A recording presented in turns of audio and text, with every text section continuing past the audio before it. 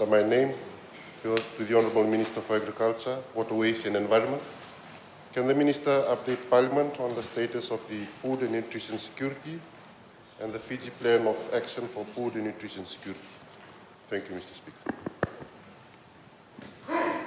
I now call on the Minister for Agriculture, Waterways and Environment, the Honourable Dr. Mahendra Reddy. You have the floor, sir. Mr. Speaker, sir, I want to thank the Honourable Member for asking this question. Mr. Speaker, sir, when you talk about food security, there are two key aspects. One is accessibility and the second is affordability. So within this framework of accessibility and affordability, I'm going to explain to this Parliament about what we are doing in terms of ensuring that we do have food security for Fijians in the country. Mr. Speaker, said that food and nutrition security for all Fijians is one of the key strategic priority in the ministry's 2019 and 2023 strategic development plan, as well as Fiji's 5-year and 20-year national development plan. So the entire activities that we undertake is basically emanates from this overall framework, the strategic development plan for the Ministry of Agriculture and the on Fiji's 5-year and 20-year development plan. So, Mr. Speaker, said this guiding strategy is the basis of the related policies and initiatives formulated during the course of our 5-year plan to develop and boost the achievement of at least food security for all Fijians. And furthermore, the ministry is also working with the other line ministries, for example, the Ministry of Health, in ensuring that we are able to guarantee to as far as possible food and nutrition security for all Fijians. Mr. Speaker, say over the last 2 years, we have several policies, several activities, several programs that was implemented to achieve food security. Two key notable programs over the last 2 years that we undertook was the home gardening program and the farm response package, Mr. Speaker. Say, Mr. Speaker, say when you talk about accessibility, then the accessibility will happen when we have production and supply distributed throughout Fiji. So when you have production and supply, let's say in Tavuni, in Kandavu, in Didia, then it's accessible. When you talk about affordability, then the only way to pretty much guarantee affordability is to have sufficient supply on the ground. The temporary issues about increasing wages and salaries, price caps, etc., is not a sustainable solution to deal with the issue of affordability.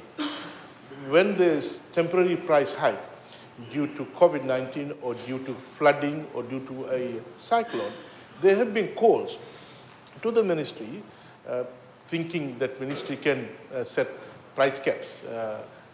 But neither we have powers to do that, nor that is a sustainable solution to deal with an issue which is a temporary.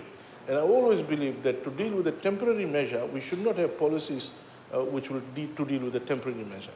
So, Mr. Speaker, so the longer run strategy is to ensure that we work on the ground to deal with production and supply. Mr. Speaker, so the two programs that we introduced in 2020, beginning of 2020, we had 228,744 home gardening seed packs, which had 1.1 million individual seed packs given out to households throughout Fiji. That program is currently still being implemented, where households were able to grow their own food. There's an amazing mobilization of households throughout Fiji in terms of growing their own food. And Mr. Speaker said that dust has not settled yet with the crisis between Ukraine and Russia, with the increase in shipping freight cost. We haven't put our guards down. We are on the ground ensuring that we continue to get people motivated in terms of growing their food as far as possible and as much as possible, Mr. Speaker said. Mr. Speaker said, on this note, we were also able to mobilize the farmers who were able to grow and expand production for their own household income as well as in national interest, Mr. Speaker said. And there's a substantial growth in agricultural output, which fed the entire nation. And in addition to that, we're able to export the surplus. Mr. Speaker said, the total agriculture grew at an annual average growth rate of 3.2% from 2016 to 2020. In addition, agriculture GDP also grew at an average growth rate of 3.6% from 2016 to 2019. And the latest GDP release still note that there's a major positive growth in agriculture despite decline in other sectors in the economy. Of course, one would say that it is a temporary phenomenon because these people move back to agriculture and they'll come back. But Mr. Speaker said, we have got new land under production. That shows that this is here to stay. So, Mr. Speaker said, in nominal terms, when you're talking about the value of agriculture, at the moment is $1.5 billion. Our target over the next 9 years, 10 years from last year, we want to get agriculture to have a value of $2 billion. Now, having said that, the question then arises is, what do you do with the surplus, Mr. Speaker said? 2020, the agricultural output, agricultural export, fresh and chilled, what about the product? Fresh and chilled was $106 million. The latest figure for 2021 shows that the agricultural exports, fresh and chilled, after feeding the entire nation, has gone up to $121 million, Mr. Speaker said. Mr. Speaker said, leading this charge in export is kava, around $40 million, $30 million dalo, fresh and chilled, $21 million turmeric, a new crop on the board, Mr. Speaker said, over the last 3 years, has surpassed the other traditional export crops. So ginger, $21 million. We've got turmeric, Mr. Speaker said, turmeric, $21 million. Then we've got ginger, we've got eggs being exported to Pacific Island countries, Mr. Speaker said. So all these have pushed exports to $121 million in 2021, Mr. Speaker said. Not only that, Mr. Speaker said, we have also identified, given food security issue, strategic crops, staple food crop, that we need to grow if we have a strategic advantage within.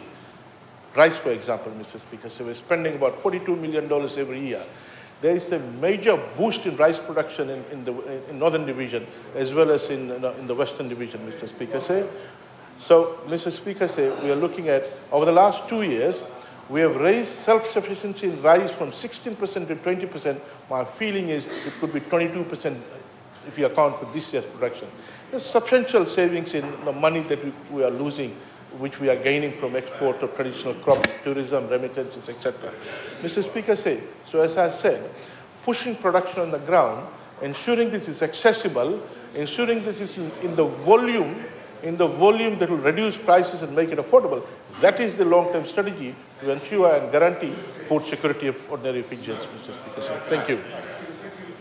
I thank the Honourable Minister. Honourable Nosi Kurirani, you have the floor. Supplementary question, sir. We just heard about the many programs and policies that have been introduced by the Ministry of Agriculture to ensure accessibility and affordability of good nutrition to the people. Can just the Minister enlighten the House 4 key results areas of success that their programs has been a success? Failure. Thank you, sir. Honourable Minister, you have the floor. The Speaker said, I'm kind of baffled that they don't listen to our responses and saying that 4 key. Mr.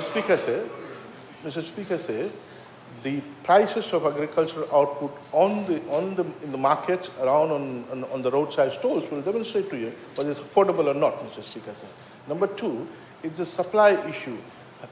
If you go and ask people whether they're able to get vegetables that they consume daily, and if they're not able to get, then there's a food security issue, Mr. Speaker said. Second, Mr. Speaker said, is the data. The data that I'm presenting in terms of production, I'm saying that while all the other sectors have declined, or 13% decline, agricultural output has increased over the last 2 years. The RBF data, Bureau of Stats data shows that agricultural output has increased, Mr. Speaker said. Then, Mr. Speaker said, the surplus, we exports have gone up. From 2022, we've gone up to 106 million. In 2021, 121 million, Mr. Speaker. So what else are data or evidence you want to show that our food security is pretty much under control? Not only that, Mr. Speaker, say we are exporting the excess after feeding the entire nation, exporting the excess to get the much needed foreign currency into the country. Thank you. Thank you. We'll move on.